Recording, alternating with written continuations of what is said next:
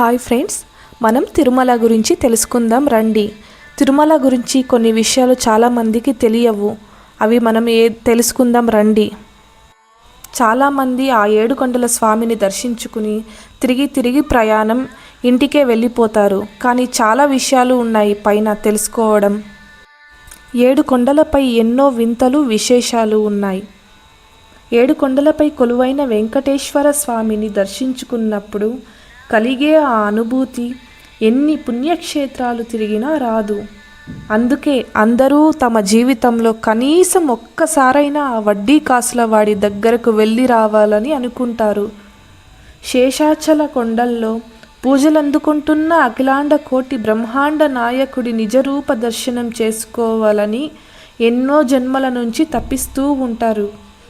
ఇష్టదైవాన్ని కనులారా వీక్షించి తన్మయత్వంతో దివ్యానుభూతిని మూటగట్టుకోవాలని కలలుగంటుంటారు. అయితే ఆ అందమైన అనుభూతిని మరింత మధురంగా మార్చే క్షేత్రాల్లో ఈ తిరుమల కొండ ఒకటి.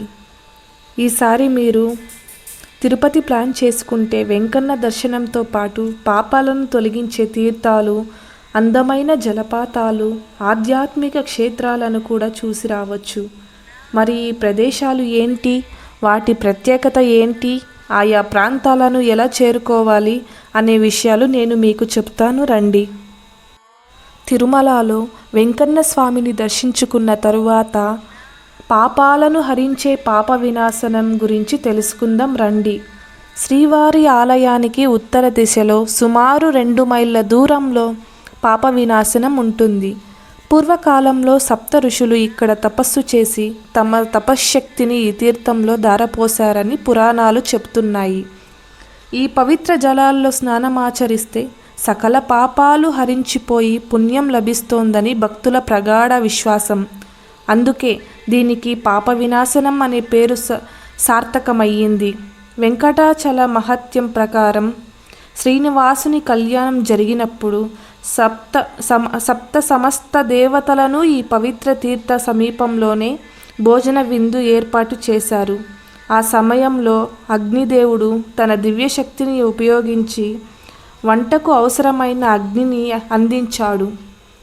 ఆ అగ్నిదేవుని శక్తి ఇప్పటికీ ఈ తీర్థంలోని జలాల్లో ఉంటుందని ఆలయ అర్చకులు చెబుతున్నారు. తిరుమల క్షేత్రంలో ఉండే ప్రతి ఆలయం వద్ద హనుమంతుని సన్నిధి కనిపించడం సర్వసాధారణం. ఇక్కడ కూడా గంగా భవానీ ఆలయంలో ఆంజనేయ స్వామి మనకు దర్శనమిస్తారు. గతంలో ఈ ఆలయం కొంచెం దూరంలో ఉండేది. కానీ ప్రాజెక్టు నిర్మాణం వల్ల ఆ ఆలయం జలమయం కావడంలో ఇప్పుడు పాప వినాశనం తీర్థానికి సమీపంలోనే పునర్నిర్మించారు. ఇప్పుడు ఆకాశగంగ గురించి తెలుసుకుందాం రండి. పాప వినాశనానికి కొంత దూరంలో ఆకాశగంగ జలపాతం దర్శనమిస్తుంది. ఈ దివ్య జలధార ఎక్కడి నుంచి వస్తుందో ఇప్పటికీ అంతు చిక్కని రహస్యమే. ఈ పవిత్ర తీర్థం సాక్షాత్తు శ్రీవారి పాదాల నుంచి ఉద్భవించిందని చెబుతారు. స్వామివారికి అభిషేకం చేయడానికి జలం లేదని బాధపడుతున్న భక్తుడు నంబి కోసం స్వామివారు కొండపై తన బాణాన్ని సంధించగా అక్కడ ఏర్పడిన జలాధారే ఆకాశగంగ అని అంటారు. అలాగే ఆకాశరాజు తన కుమార్తె పద్మావతిని వెంకటేశ్వర స్వామికి ఇచ్చి వివాహం జరిపించే సమయంలో గంగను భూమికి రప్పించారని చెబుతారు.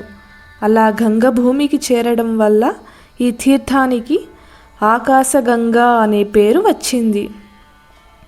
అలాగే అంజనాదేవి ఈ ప్రాంతంలో ఓ పుష్కరం పాటు తపస్సు చేసి ఆంజనేయ స్వామిని గర్భాన ధరించిందని ప్రతీతి.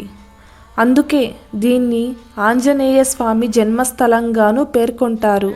శ్రీవారికి నిత్యం జరిగే అభిషేకానికి ఈ జలాలను వినియోగించడం అనాదిగా వస్తున్న ఆచారం. అది ఇప్పటికీ కొనసాగుతోంది. ఇప్పుడు జపాలి తీర్థం గురించి తెలుసుకుందాం రండి. శ్రీరాముడు స్నానమాచరించిన జపాలి తీర్థం శ్రీవారి ఆలయానికి దాదాపు 5 కిలోమీటర్ల దూరంలో దట్టమైన అడవుల మధ్య వెలసిన పరమ పవిత్ర క్షేత్రం జపాలి తీర్థం. జబాలి మహర్షి జపం వల్ల ఈ క్షేత్రం ఆవిర్భవించిందని చెబుతారు. ఆయన జపఫలం కారణంగా ఈ పేరొచ్చిందని అంటారు. జపాలి అనే మహర్షి అనకూడని మాటలు కొన్ని అని వాక్ దోష పాపాన్ని మూట కట్టుకొని ఆ దోషాన్ని తొలగించుకోవడానికి ఇక్కడ స్నానమాచరించి పాప విముక్తుడయ్యాడని పురాణాలు చెబుతున్నాయి. అలాగే రావణ సంహారం తర్వాత శ్రీరామచంద్రుడు, సీతాదేవి, లక్ష్మణులు అయోధ్యకు వెళ్ళే ముందు కొంతకాలం ఈ పుణ్య ప్రదేశంలోనూ విశ్రమించారని అంటారు. ఆ సమయంలో శ్రీరాముడు స్నానం చేసిన ప్రదేశాన్ని శ్రీరామతీర్థమని, సీతాదేవి స్నానం చేసిన ప్రదేశాన్ని సీతాతీర్థమని పిలుస్తారు. ఈ 2 పవిత్ర తీర్థాలు జబాలి ఆలయానికి తూర్పు పడమర దిశల్లో దర్శనమిస్తాయి. జబాలి మహర్షి పేరుని జపాలి అని జపాలి తీర్థం అయ్యింది. శ్రీనివాసుడి తొలి అడుగు ఎక్కడ వేశాడంటే శ్రీ మహావిష్ణువు వైకుంఠం నుంచి భూలోకానికి దిగివచ్చినప్పుడు మొట్టమొదట తన పవిత్ర పాదాలను ఈ ప్రాంతంలోనే ఉంచారని చెబుతారు. అందుకే ఈ స్థలాన్ని శ్రీవారి పాదాలుగా కొలుస్తారు. అలాగే స్వామివారు తన 2వ పాదాన్ని శిలాతోరణం వద్ద 3వ అడుగు గర్భగుడిలో ఉంచారని పురాణాలు చెబుతున్నాయి. శ్రీవారి పాదాల వద్ద ఉన్న మండపం నుంచి చూస్తే తిరుమల లోయల్లో పాటు శ్రీవారి ప్రధాన ఆలయం ఎంతో మనోహరంగా దర్శనమిస్తుంది. ఎవరు కట్టారని తోరణం? ప్రకృతి సహజంగా ఏర్పడిన ఓ మహా అద్భుత నిర్మాణం శిలాతోరణం. ప్రపంచంలో సహజ సిద్ధంగా ఏర్పడిన 3 శిలాతోరణాల్లో ఇది ప్రముఖమైనది. ఇది కేవలం భౌగోళిక అద్భుతమే కాకుండా మహావిష్ణువు లీలా విశేషాలకు ప్రతీకగా చెబుతారు. అందుకు ఆ శిలాతోరణంపై ఎవరు చెక్కని సహజ సిద్ధమైన దేవతా రూపాలే నిదర్శనం.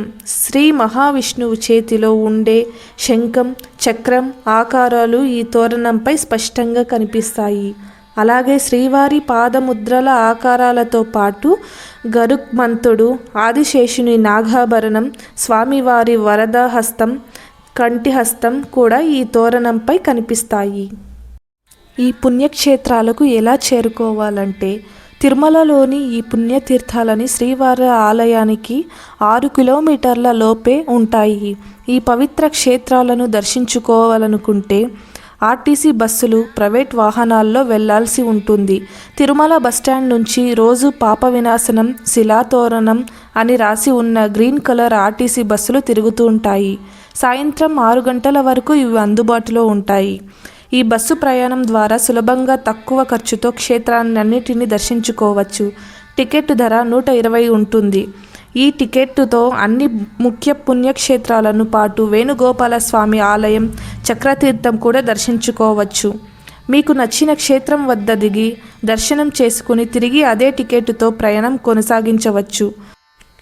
బస్సు ప్రయాణం ఇష్టం లేని వారికి ప్రైవేటు వాహనాలకు కూడా అందుబాటులో ఉంటాయి.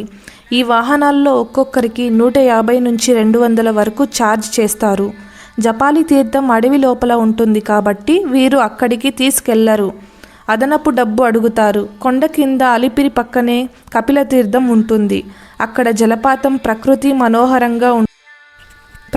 మనోహరంగా ఉంటుంది. ఇది వానాకాలం కాబట్టి వీటిని అస్సలు మిస్ అవ్వద్దు. తిరుమల కొండపై మనం చేరుకోలేని మరిన్ని పుణ్యతీర్థాలు ఉన్నాయి.